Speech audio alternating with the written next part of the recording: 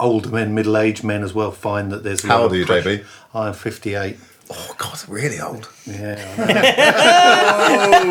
But I don't look it. Yeah. He says no.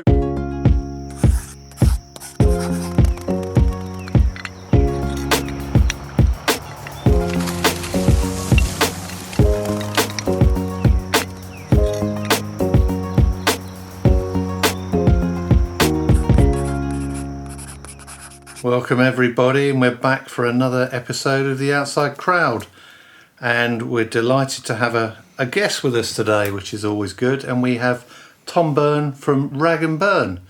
Hello Tom. Hi, how you doing, JB? Very good, thank you. Yourself? Yeah, all right, thank you very much. Good. And we're also joined with the usuals. We're here with William. Billy. Hi, and we're here with Ryan. Yo!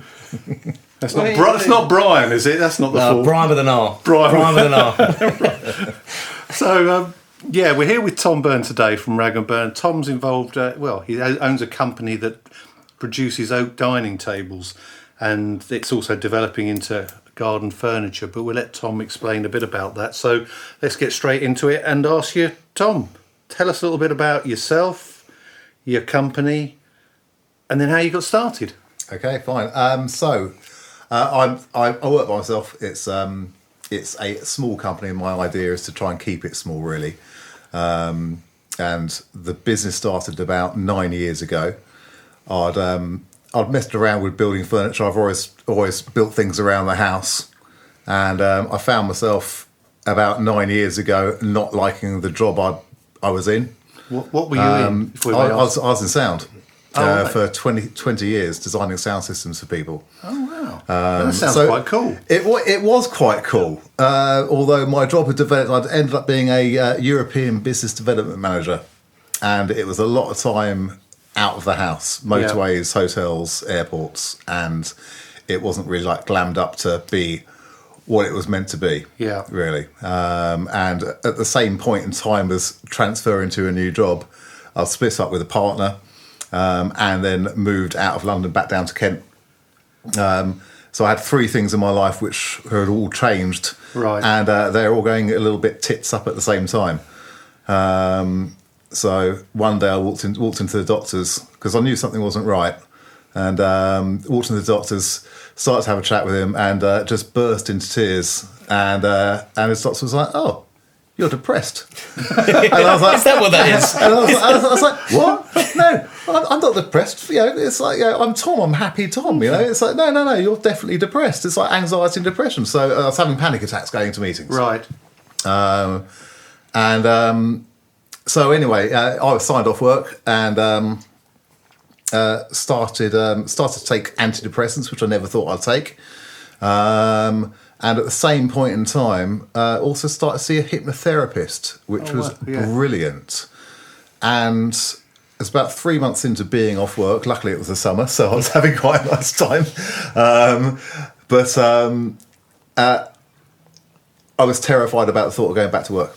Right. Going back to doing the same job with the same people, and just everything just starting off again, and it was literally terrifying. So it literally got to that point where it was getting debilitating. So I could have claimed more sick time off work. I didn't. I called my boss and said, "Look, I've made the decision. I'm not going to come back."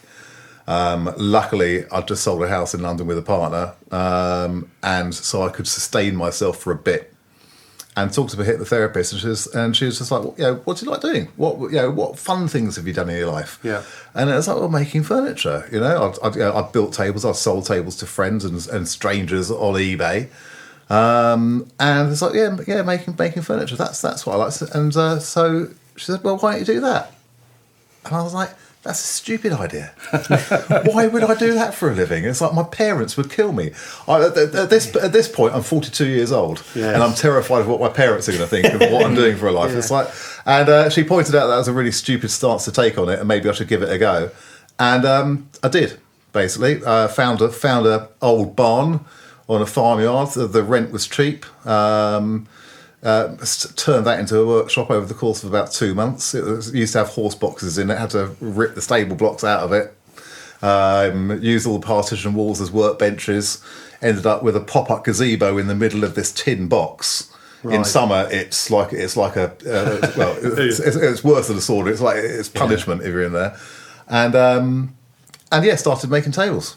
Did you say a hypnotherapist, not a psychotherapist? Hypnotherapist. Really? Absolutely brilliant. Oh, right. I would drive up there, and just the drive up there was just soothing. Oh, nice. And I think after the first time I was there, sort of walked out thinking I don't really know what happened, but I feel quite relaxed.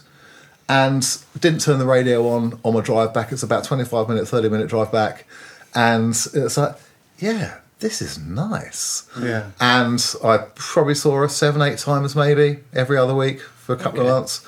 And every time we'd talk about a different issue, she'd ask me how my week had been for the first 15-20 minutes or so, and then get me to sit down, shut my eyes, and she'd just talk to me. Sometimes I wouldn't really know what the fuck happened. Sorry, I swear. Oh, don't worry about that. And then other times I'd be completely conscious of the whole conversation that she's having with me. But every time I left, I'd just feel calm and relaxed. That's and interesting. I tried cognitive behavioural therapy, CBT, yeah. and I just didn't find anyone that fitted in with me. Yeah. You know, I was sent away one time to go and put a list together of I think there might have been 10 things that were really, really important to me. And I came back to the session really ready to go through this list. And we had the whole session, and she didn't ask me what the list was.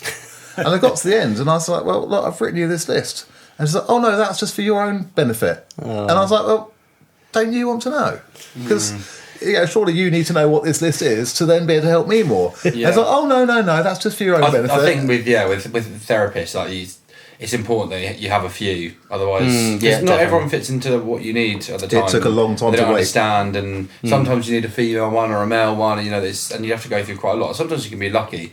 I mean, I had therapy, and luckily he was kind of perfect for what I needed. So.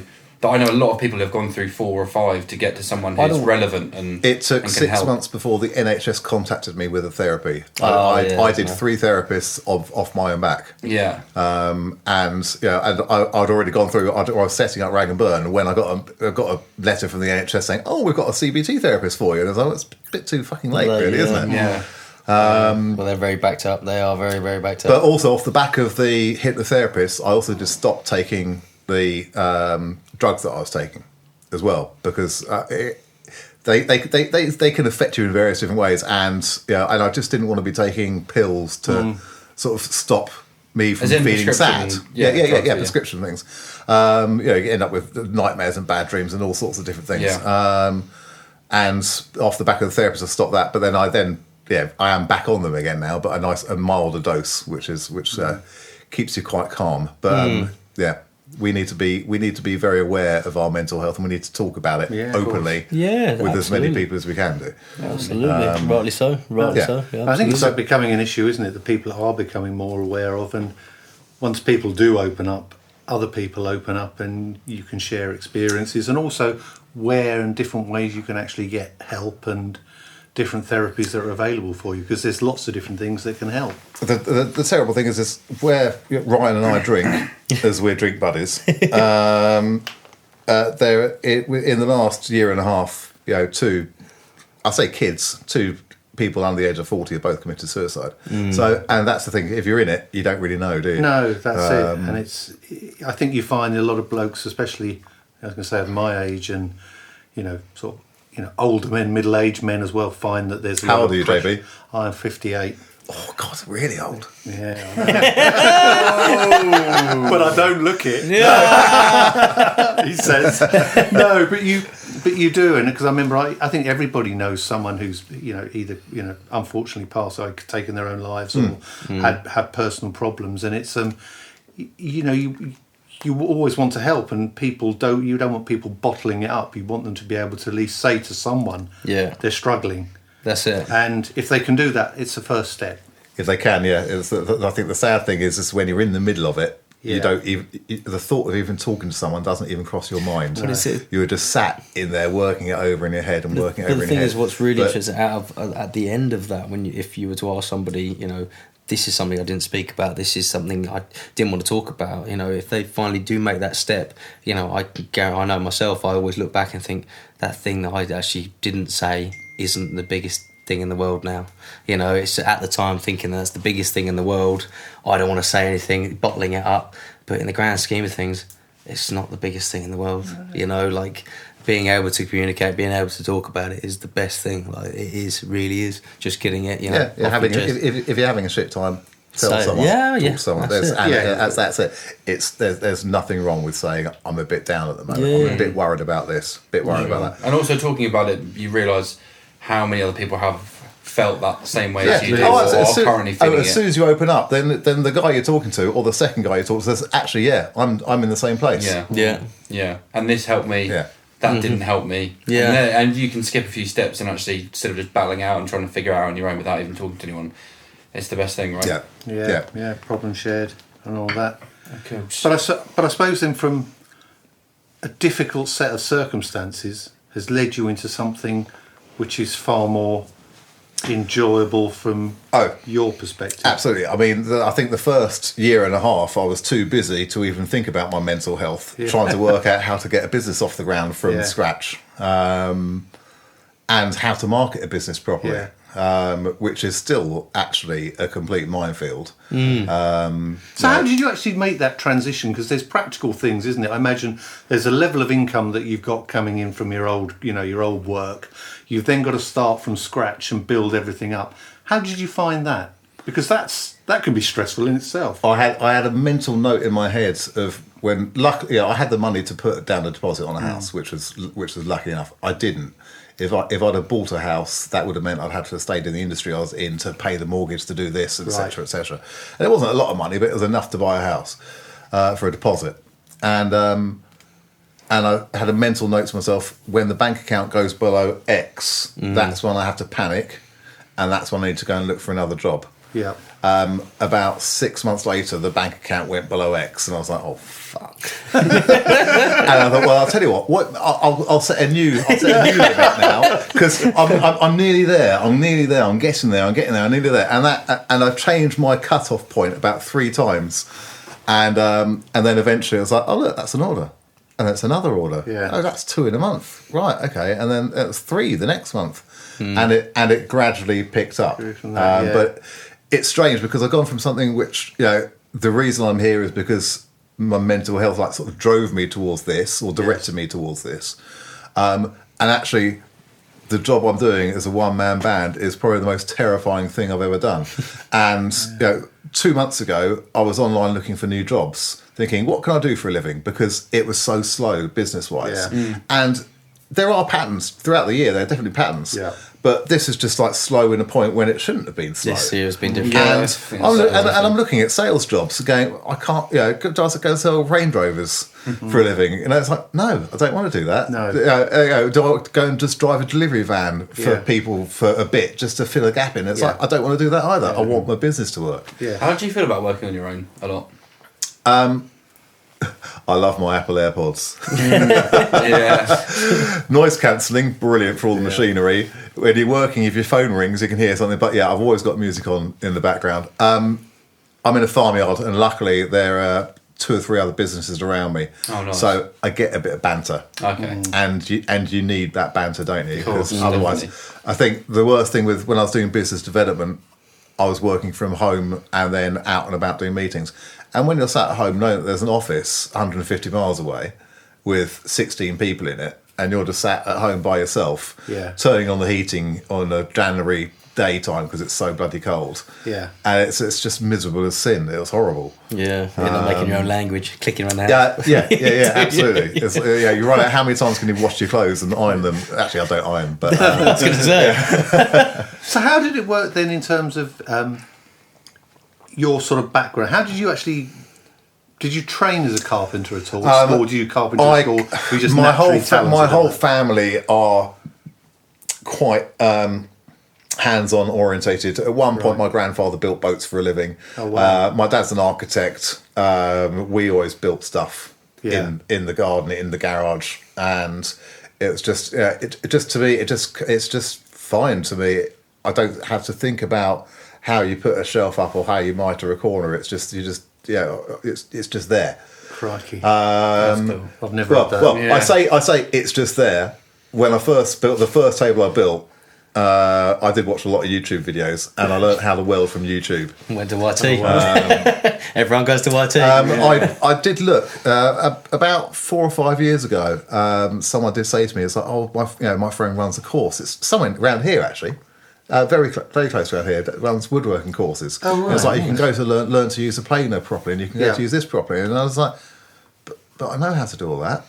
So there's no real point. But YouTube was brilliant. As soon as I moved down to the yard, I moved my little hobby welder down with me, and there's a guy there who's an agricultural engineer, so he fixes big combine harvesters and tractors and things. And the first thing he said to me is like, "Your welder's shit." And I was like, no, it's fine. And first sort of few orders I got in, I was welding my legs together, and it was like, "No, your welder's still shit." And he got his big welder out, and he put down this bead next to a bit of 50 by 50 box section onto a top plate, and it was like the cleanest, nicest, smoothest welder. Yeah, my welder is shit. So went off and built a new welder, which was 1,500 quid, and then so now I can weld better. So I thought I was shit at welding, but it was my welder was shit. So tell us a bit about the products that you actually produce. Right. What do you build? What's for sale? Primarily, it's oak dining tables, benches, coffee tables. Right. I have used other materials. I've had some issues with other materials which weren't kiln dry properly. Right. And oak, it's a reliable product, really. You know what you're getting. There are 3 different grades of timber that I offer. You can go for a character oak tabletop. These are going up in like price order. Character oak tabletop, which has got a few knots and bit of discoloration in the grain. Yeah. Prime oak, which is very straight, I think boring grain, but people pay you pay more money to have a straighter grain, a more uniform looking tabletop. And then Pippy oak, which has got loads of knots and all sorts of things everywhere in it, and it's a lot more expensive to buy, but then also takes me a lot more time to actually build the table, because it's a lot of resin work filling all the knots and holes in the tabletop and sanding back down. Where'd you get it from? It comes from a UK supplier, but it's local supplier down in Sussex. But most of the timber is actually European. Okay. The Europeans are brilliant at processing timber. So in the UK, only 16% of our forests are actually properly managed. Yeah. But in Europe, France, Germany, it's talking about 68 to 75% of their forests are managed. And during COVID lockdown, which is when the business really took off actually, at one point I was waiting for about 7 or 8 weeks for some timbers to arrive. They got to me, and it was £10,000 worth of oak boards arrived, and they were so twisted and split that I had to send them all back and tell my clients that I couldn't make their tables. Yeah. And then I had to order more timber, pay twice as much money for other timber, but it was from a proper supplier, and it was from proper processing plants, and that's where I've stuck to now. Right. So although the prices of everything went up during lockdown, the price of my oak went up, but then it also doubled in price because I just couldn't use crap suppliers. No, that's it. It's going to compromise, isn't it? So someone said something to me the other day. He's on or was on Yell or something like that, and kept on getting, as a builder, kept on getting asked to send quotes out the door, and he knew he was just there for a pricing exercise. That's what he did. Yeah. And it's like, look, you can go out for a meal, you can have McDonald's, or you can go to the Ivy. They both fill you up, but one's a better experience than the other. And it's like that sort of made sense to me, because you can go and buy a table. You can go and buy a table for IKEA for 500 quid. And it's going to be a table and it's going to work. Or you can go and buy a table from me and it might cost you £2,500. But it's going to be a unique piece of furniture. Yeah, that's it. So if someone comes to you for a table, how does it work? Do you have sort of set designs that they choose from, or do people have sort of free reign to say, I want a bespoke table like this? In theory, I can make a table to any specification. Yeah. Although I do stress to try to only use oak if I can do. Live edge was quite a popular thing, so a wavy edge on the side of the tabletop. Majority of them now seem to all be straight edge. I'd say 90% of the tables now are straight edge, where 5 years ago they were all live edge. No one wanted a straight edge table, so the fashion has changed slightly. Yeah. Different thicknesses of timber. And then I offer 10 different metal leg styles. Right. And then there are probably 3 or 4 different wooden legs, which I can do as well. But the metal legs, again, are a fashionable thing right now. Because imagine the choices that you can get of that type of legs in itself could be. Oh, the legs could be astronomical. infinite. I mean, I offer 40 different colour stains for a tabletop as well. So, Stop somewhere. you have the legs. tea stain. 200 colours of legs. I had ex-CEO Tesco's bought a tabletop from me, and he came in, and he was sitting there looking at my colours, and was like, "I'm in retail." I had no idea who he was. He's like, "I'm in retail." And what you're doing wrong here? So I said, if you sell t-shirts, you sell 3. So a white one, a blue one, and a red one. You got too many colours. And I'm like, yeah, but if there are 40 colours available, You can have whatever you like. I'm going to offer 40 colours because that colour might not fit your living room or might not fit that. Bespoke. So You wouldn't say that to Farrow and Ball, would you? No, Farrow and Ball, got to sell 3 colours. That's it. I think so. With elephant's breath. Yeah, something like that. That's the classic one, isn't it? Elephant's breath. I must admit, it's quite a nice colour. It's not a bad isn't it? colour. It is nice. No, that's really good. So anyone can come to you. Do you get many round tables nowadays, or is it? I've just done a round table for a client actually, which was almost going to be too big. I had to tell her it was actually quite a big table, 2.5 metre circular table. Wow. If you want to pass the salt to the person opposite you, You're sliding. that's a 2 metre slide you've got to go across, isn't it? Yeah. So she's reduced that down in size. So build a round table. You just build a square table and then use a router and circle it off. And do you those little mosaic little ones, like a nice outdoor furniture with a mosaic? I love them. Metal with a mosaic top, do you know? Oh, with a tiles. with a tile mosaic Yeah, top. I could do one of those. I've been doing some reclaimed parquet for a lady actually recently, and she had all the parquet ripped up from her house, and I've just finished off the last 2 tables. She's got 6 parquet tables in her house now. So coffee tables, dining tables, little side tables. It's a bit over parquet, if you ask me, but that's what she wants, it's hard work sorting out old parquet, bitumen backed. Yeah, I was going to say. Horrible stuff. Nice timber though, eh? Yeah, very nice. Yeah. All mahogany. This one as well, beautiful. lovely. So there's a nice range of products there, which obviously getting something bespoke built like that is something you're going to look after, and it's going to be something that's going to be treasured, the thing is, isn't it? it's if you've got a narrow room, if you've got a really wide long room, you can't buy those tables off the shelf. Basically, if you want it 87 centimeters wide and 280 centimeters long, you can have that. So that's where it sort of comes in, really.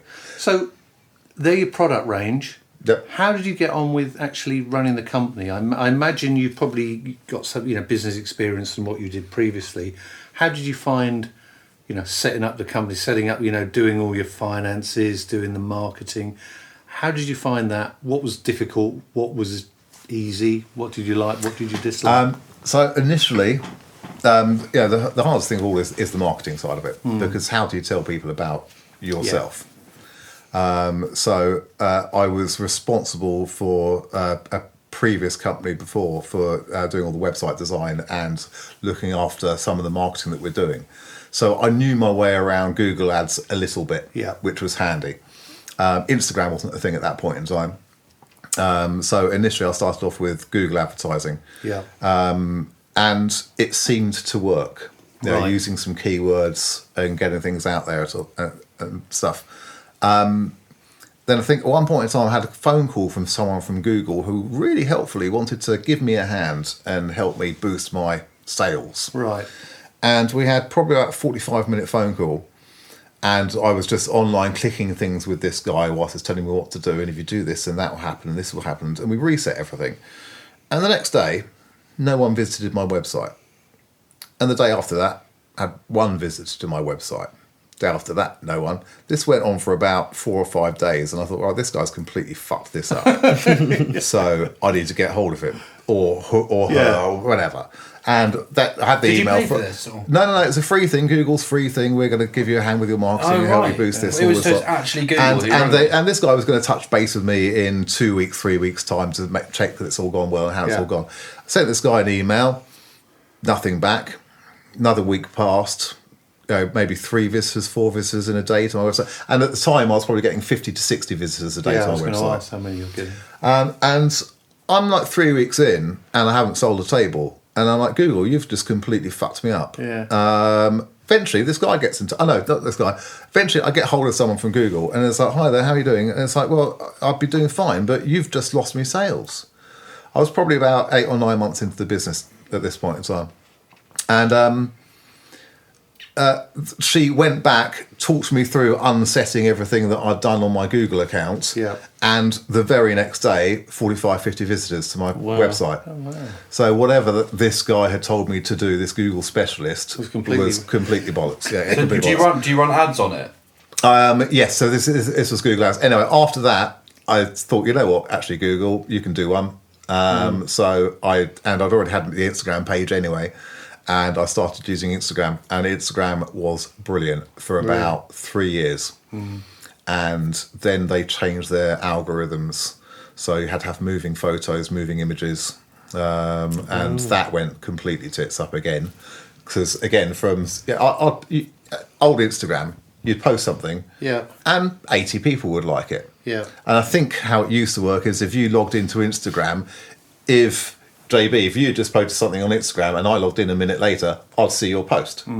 But now, if I hadn't interacted with you at all over the last 2 months, 3 months, I wouldn't see your post at all because it would only show me posts for things that it thinks I want to see. And that again messed me up. I then brought in agencies to come and work for me, and I was paying £500 a month for an agency and £500 a month for marketing. And they were doing no better than I was. So I then changed to another. Over the course of a year, I had 3 different agencies working for me.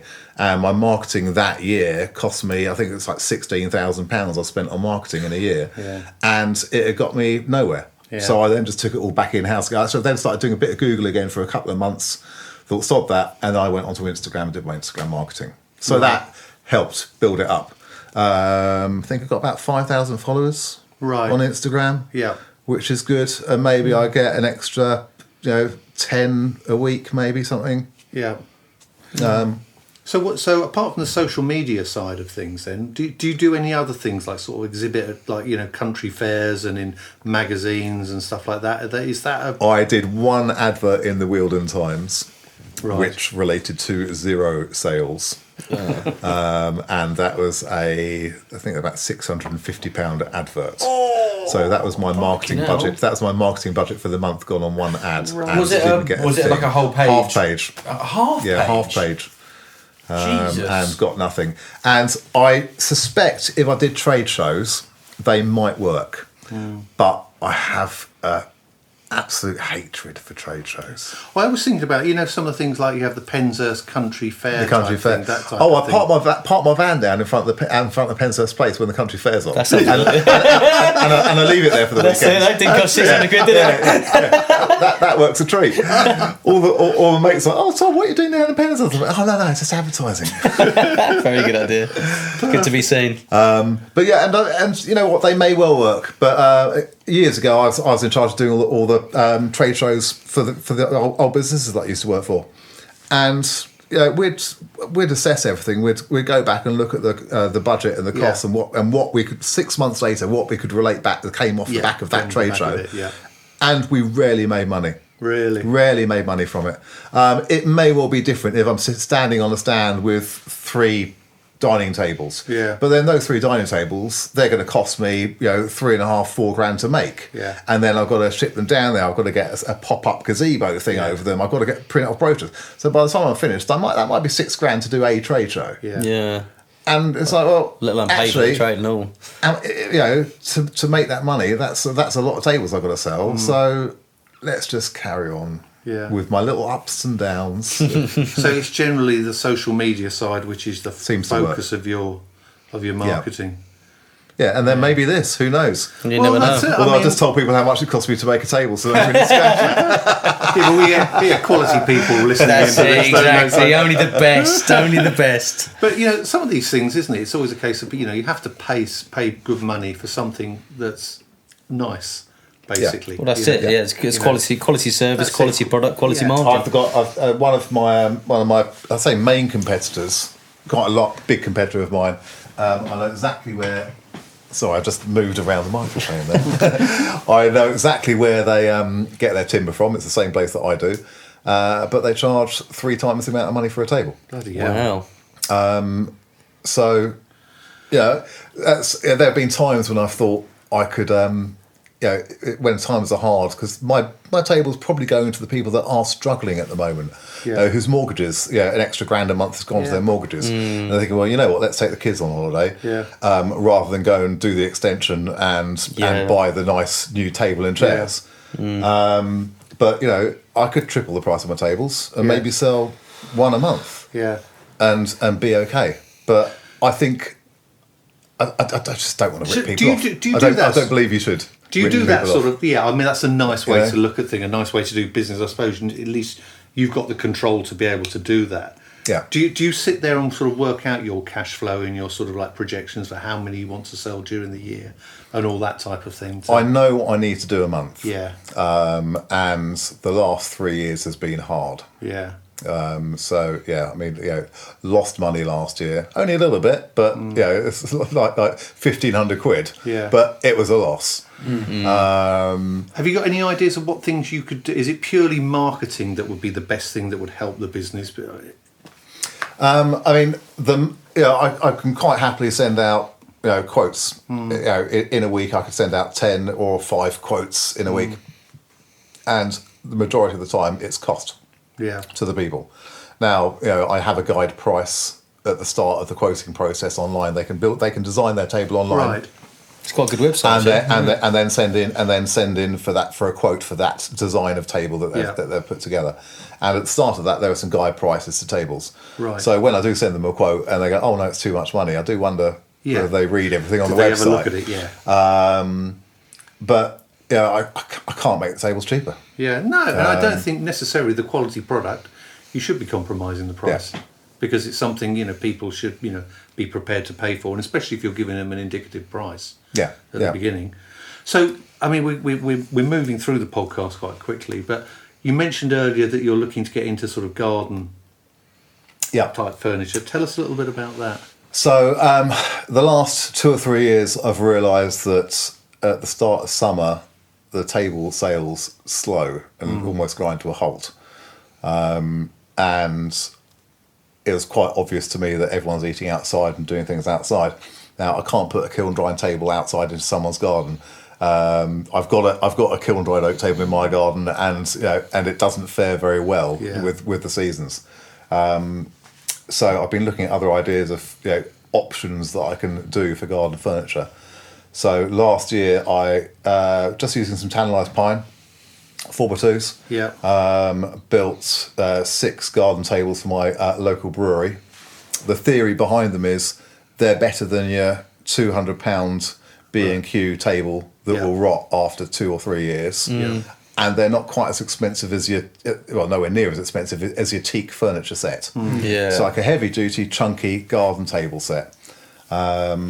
And so made some for the local brewery, and they went over the year, checked them out this spring to see how they're fared.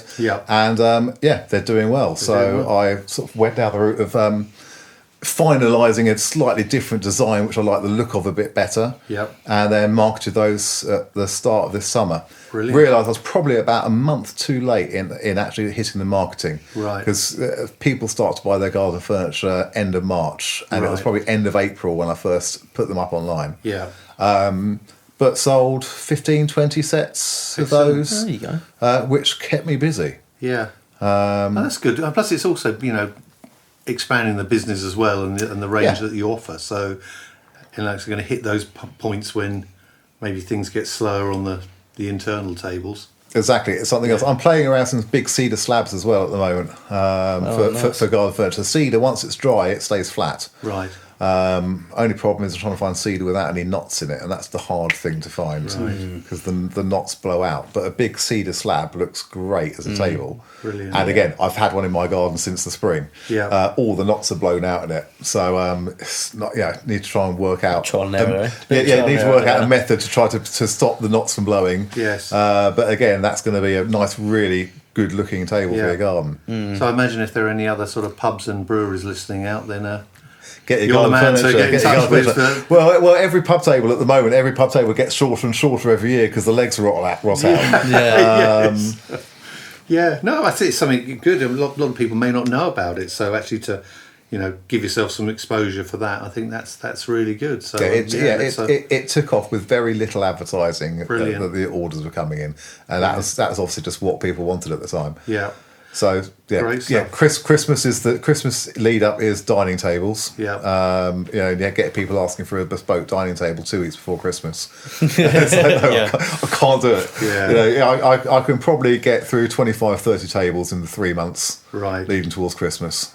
That's definitely. So get your order in Get now. your order in now. Get the order in now. Yeah, that's the thing. Yeah, absolutely. Brilliant. I suppose, and then wrapping it up. Any other final things? Any things you want to raise for, how things are going forward? Your thoughts for how the company's going to go in the next couple of years, where you want to take it. You know what? I think the main thing at the moment is the fact that the business, I can go for 4 or 5 weeks without an order, and then I'll go for 2 weeks with 8 to 10 orders, and then it'll die off. It would be so nice if I could find that consistency. If it's just one a week, that would be lovely. Yeah. One table a week. Yeah, Good luck. Because we're talking. The first thing we were talking about was mental health, and you know what? It's absolutely terrifying when you're sitting there and your bum's twitching, and you're like, "What's going to happen? What's going to happen?" And then boom, you get some orders. You always get something. And I think if you ask every business owner, they always want that steady I stream thought I was of here to work. get your advice. I thought you were going to tell me how it works. Our advice is you've got to learn to live with it. Don't spend all the money in the bank. Keep some in reserve. Definitely. So you don't shit Cash flow. Brilliant. Tom, it's been really, really good talking to you. So, just finishing off then, what's your web address? www.ragandbyrne. That's RAGANDBYRNE.co.uk. Great stuff. In your Instagram, they can Instagram, Rag and Byrne, one word, RAGANDBYRNE. Brilliant. Okay, that's excellent. Well, it's been really good talking to you. JB, thank you for having me in. No, it's been an absolute pleasure. So, I hope everything goes well for the future. I'm sure it will do. And thank you very much. And Lovely. Finishing off on the podcast now. And it's goodbye from Billy. Cheers, guys. And from Ryan. See you in part 2. Great stuff. And here's to the next time on the Outside Crowd podcast.